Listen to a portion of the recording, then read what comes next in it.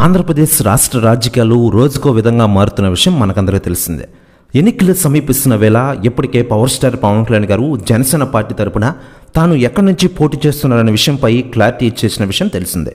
Assembly ఎన్నికల్లో తాను పిఠాపురం నుంచి పోటీ చేయబోతున్నానని జనసేన అధినేత పవన్ కళ్యాణ్ గారు ప్రకటించారు. పవన్ కళ్యాణ్ గారు ఎక్కడి నుంచి ఈసారి పోటీ చేస్తారనేది ఇప్పటి వరకు సస్పెన్స్గా కొనసాగింది. ఈసారి ఎన్నికల్లో జనసేన టీడీపీ పార్టీతో పొత్తు పెట్టుకుంది. అలానే ఈ పార్టీలతో బీజేపీ కూడా కలిసిన విషయం మనకందరికీ తెలిసిందే. ఇప్పుడు ఈ మూడు పార్టీలు కూడా ఎన్నికల్లో కలిసి పోటీ చేయడానికి సిద్ధమయ్యాయి.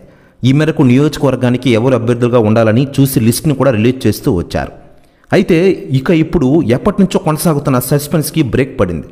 పిఠాపురం నుండి పవన్ కళ్యాణ్ పోటీ చేస్తున్నారని తెలిసింది.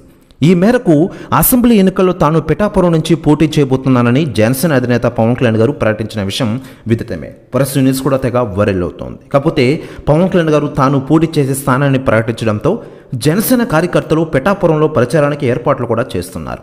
ఇదిలా ఉంటే ఈసారి జనసేన ప్రచారానికి పవర్ స్టార్ పవన్ కళ్యాణ్ గారికి తోడుగా మెగా ఫ్యామిలీ హీరోలు కూడా రానున్నారన్న న్యూస్ కూడా వైరల్ అవుతోంది.